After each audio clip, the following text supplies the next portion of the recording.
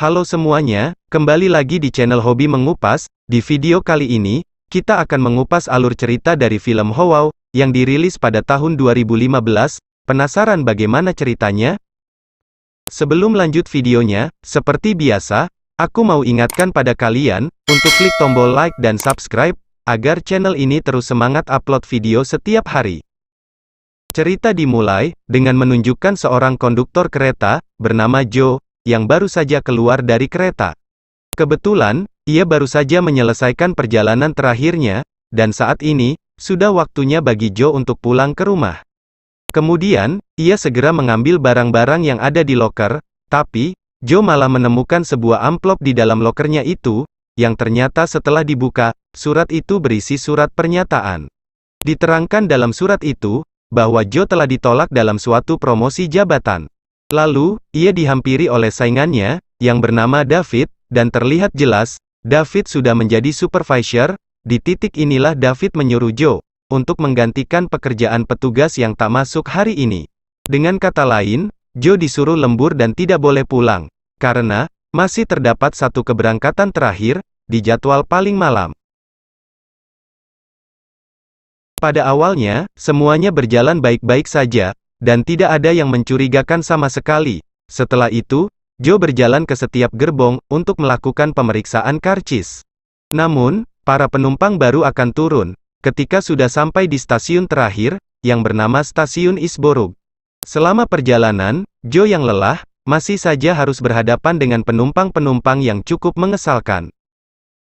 Sesampainya di gerbong terakhir, Joe tidak sengaja berpapasan dengan wanita yang ia temui di ruang loker. Ternyata, wanita itu bernama Ellen, dan dia sengaja lembur untuk menerima penghasilan lebih. Sementara itu, Joe yang sudah sangat kelelahan pun, sengaja beristirahat, sambil menunggu perjalanan yang panjang. Beberapa jam kemudian, tiba-tiba, kereta itu mengalami guncangan yang cukup kuat, yang membuat kereta itu berhenti secara perlahan. Tidak diketahui apa penyebabnya, yang pasti, Joe akan segera menelusurinya. Lalu, ia kembali bertemu dengan Ellen, yang sedang mengemas barang-barang di trolinya. Karena guncangan di dalam kereta, Ellen harus dibantu dengan seorang pria yang bernama Adrian, sedangkan, Joe mendatangi penumpang satu persatu, karena ia tahu banyak penumpang yang panik karena kejadian itu. Apalagi, mereka semua, adalah penumpang yang tersisa, dengan tujuan paling terakhir. Di sisi lain, si masinis terlihat turun dari kereta, sambil berencana, memeriksa kondisi rel. Setelah diperhatikan secara seksama, masinis itu sadar, bahwa keretanya, telah menabrak seekor rusa. Namun tiba-tiba, masinis itu mendengar suara nafas yang begitu kencang dari semak-semak. Tentu saja, hal itu membuat masinis penasaran, dan ingin mencari tahu, dari mana suara tersebut. Akhirnya, masinis itu harus dimukbang di bawah kereta, tanpa diketahui satu orang pun. Sementara itu, Joe yang terus menunggu kabar dari masinis, malah baru menyadari bahwa masinis tak lagi ada di kereta. Dalam hal ini, mereka mengaku, bahwa mereka tak mendapatkan sinyal, karena mereka sadar, kalau mereka ada di tengah hutan belantara. Alhasil, seluruh penumpang berusaha merayu Joe, untuk membuka pintu kereta secara manual, tapi Joe tak ingin melakukan itu, karena ia tahu, jika melakukannya, maka, ia akan dipecat. Sampai pada akhirnya, Joe kalah suara, dan membiarkan penumpang turun. Mereka semua berharap, bisa sampai ke stasiun terdekat yang berjarak sekitar 8 km dari tempat mereka berada. Akan tetapi, harapan Joe seketika pupus, ketika ia melihat mayat masinis yang sudah berserakan. Akhirnya para penumpang berebutan naik lagi ke kereta, sehingga para lansia tertinggal di belakang. Akibatnya, istri si kakek, menjadi orang terakhir yang masuk ke kereta, yang membuat kaki dari istri kakek ini terjepit pintu. Selain terjepit, kaki si nenek itu digigit oleh suatu makhluk misterius.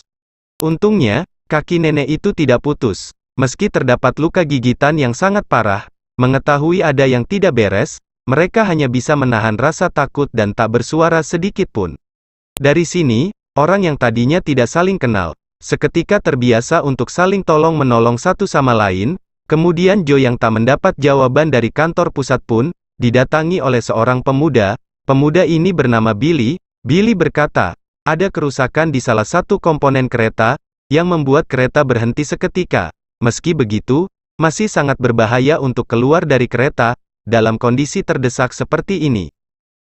Kini, mereka semua hanya bisa menunggu, sambil memikirkan solusi yang paling efektif. Namun lagi-lagi, mereka kembali mendengar suara aneh, yang berasal dari dalam gerbong kereta. Mendengar hal itu, Joe memberanikan diri, untuk mencari tahu. Sambil didampingi oleh Billy dan Adrian, mereka bertiga pun berdampingan mencari suara yang berasal dari kamar mandi. Akan tetapi, baru saja mereka mau bersiap membuka pintu kamar mandi. Tiba-tiba, keluarlah salah satu penumpang yang bernama Paul. Waktu demi waktu berlalu, bekas gigitan di kaki nenek, terlihat sudah menjadi infeksi, dan juga semakin parah. Kondisi itu membuat Ellen dan juga penumpang wanita bernama Katie, menjadi panik dan juga cemas. Hanya saja, mereka tidak bisa berbuat banyak, selain memperhatikan kondisi nenek yang terus memburuk, sampai suatu ketika, terdengar suara handphone yang begitu keras di antara mereka semua. Ternyata, suara itu berasal dari penumpang yang bernama Nina. Hal tersebut membuat dirinya harus diketahui oleh makhluk misterius. Akibatnya, Nina menjadi santapan makhluk aneh itu, karena tindakan cerobohnya. Mengetahui gerbong itu tak lagi aman, Joe langsung memimpin mereka, untuk berpindah ke gerbong selanjutnya. Tapi lagi-lagi, Katie masih tidak menerima kematian Nina, dan ia terus menyalahkan salah satu penumpang bernama Matthew. Pada dasarnya niat Matthew sangatlah baik dengan menarik tubuh Katie, yang mencoba menyelamatkan Nina, tidak ingin cuma berdiam diri.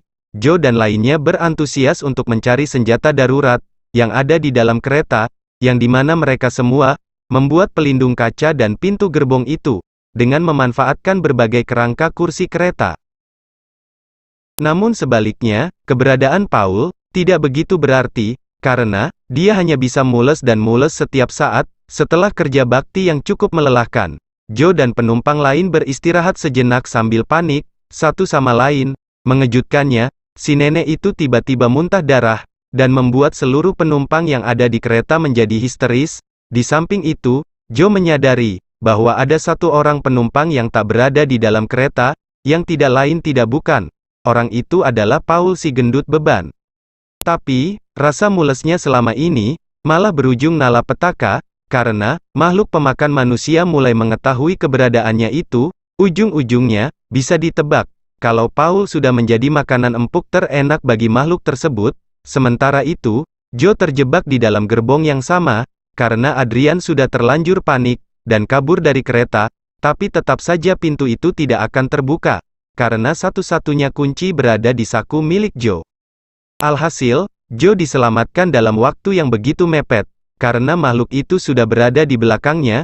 Sialnya usaha mereka tak berlangsung lama, ketika penahan pintu itu, harus jatuh dengan mudahnya. Dari scenes ini, terlihat jelas makhluk yang meneror mereka sedari awal, tubuh sebesar Hulk dan muka seseram itu, sudah pasti doyan manusia. Hanya saja, makhluk itu tak sadar, kalau dia tengah berada di sekumpulan orang-orang yang panik.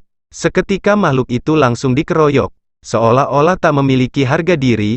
Lagi pula mereka semua memegang senjata, sedangkan makhluk itu tak memiliki apapun, dan datang sendirian.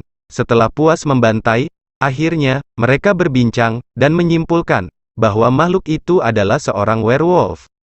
Dengan kata lain, yang meneror mereka sedari awal, adalah perwujudan manusia setengah serigala. Pernyataan itu diperkuat, karena makhluk itu menggunakan cincin, layaknya seorang manusia. Sudah jelas, bahwa di tempat ini pernah terjadi kejadian yang sama, dan membuat korbannya bermutasi secara genetik. Tak lama setelah itu, si nenek yang semakin parah pun, mulai menunjukkan ciri-ciri terinfeksi. Adrian yang mengetahui hal itu, langsung berniat membunuh si nenek. Ujung-ujungnya, ia tak mampu berbuat banyak, karena dihalangi oleh setiap orang. Dengan demikian, Adrian yang dari awal selalu bertindak seenaknya, membuat Joe sangat yakin untuk mengikatnya, bersama si nenek. Lalu tiba-tiba, Billy memberanikan diri, dan mengajak Matthew untuk menemaninya, mencari komponen kereta yang rusak. Namun lagi-lagi, saat Billy sedang memperbaiki kereta, Matthew yang salah fokus, mendengar suara jeritan wanita dari dalam hutan. Gawatnya, Matthew malah masuk ke hutan, dan mencari asal suara jeritan itu. Rasa penasaran Matthew akhirnya terjawab, saat ia melihat Nina yang sedang dimukbang oleh para werewolf di atas pohon. Akibatnya, Matthew harus mati konyol, dan menjadi santapan baru bagi werewolf itu. Di saat bersamaan, Billy berhasil memperbaiki selang kereta, dan membuat kereta kembali berfungsi. Namun sialnya, Billy masih berada di bawah kereta, sedangkan Joe dan Ellen langsung menjalankan kereta pada saat itu. Di sisi lain, si nenek sudah terinfeksi, sampai-sampai dia ingin menyantap si kakek terlebih dahulu. Pada saat bersamaan, Adrian yang masih terikat, langsung ditolong oleh Katie saat itu juga. Hanya saja, Adrian tidak berperilaku sebaliknya. Ketika Katie berada dalam bahaya, padahal Katie masih bisa ditolong, tapi Adrian malah menendang Katie, sampai terpental dari kereta. Jika melihat tingkah Adrian yang seperti ini, sudah pasti semua orang akan emosi, terlebih lagi dia tidak bisa berbuat apa-apa. Ketika si kakek digigit oleh istrinya sendiri, tidak sampai di situ, kereta yang sudah melaju cukup jauh, malah berhenti secara mendadak. Joe dan Ellen langsung kembali ke gerbong kereta, untuk menolong Joe yang tengah terancam. Namun, momen ini bukanlah momen yang tepat untuk berdiskusi, karena para werewolf sudah berada di dalam gerbong kereta. Hanya saja, Adrian kembali berbuat rusuh pada saat itu, dengan menghajar Joe yang sedang panik. Seolah tidak tahu terima kasih, Adrian malah lari dengan meninggalkan Joe dan Ellen yang masih berada di dalam kereta. Dengan keadaan seperti ini, tak ada lagi alasan bagi Joe dan Ellen untuk bertahan hidup selama mungkin. Namun untungnya, masih ada orang baik, yaitu Billy, yang saat itu juga, langsung menarik perhatian werewolf yang ada di dalam kereta. Tanpa basa-basi, Billy menyuruh Joe dan Ellen meninggalkan dirinya. Yang sudah jelas Joe dan Ellen langsung berlari sekencang-kencangnya. Ditambah lagi, saat mereka berlari, Joe memutuskan untuk berdiam diri di hutan ini, meskipun ia tahu, jarak ke stasiun terdekat sudah sangat dekat, tapi ia ingin memperbesar peluang Ellen untuk bisa selamat. Jadinya, Joe harus bertahan melawan werewolf sendirian saja. Sampai pada akhirnya, Joe sudah tidak sanggup lagi untuk bertahan. Beberapa menit setelahnya, Ellen sudah tiba di stasiun terakhir yang selama ini diperjuangkan, tanpa kereta, tanpa masinis, tanpa penumpang, tanpa teman kerja. Ellen datang membawa name tag nama Joe. Di sisi lain, Adrian yang benar-benar egois, terlihat masih berada di tengah hutan sendirian. Untung saja, dia tidak bisa pulang dengan selamat. Apalagi, sekarang, dia harus berhadapan dengan Joe yang telah berubah menjadi werewolf sepenuhnya. Sudah dipastikan, Adrian akan menjadi santapan paling enak untuk dimukbang oleh Joe pertama kali. Dan cerita pun tamat. Sekilas, kita telah mengupas alur cerita dari film Howell yang dirilis pada tahun 2015. Menurut kalian bagaimana? Tulis pendapat kalian di kolom komentar di bawah. Sebelum video ini selesai, seperti biasa, aku mau ingatkan pada kalian, untuk klik tombol like dan subscribe, agar channel ini terus semangat upload video setiap hari. Terima kasih.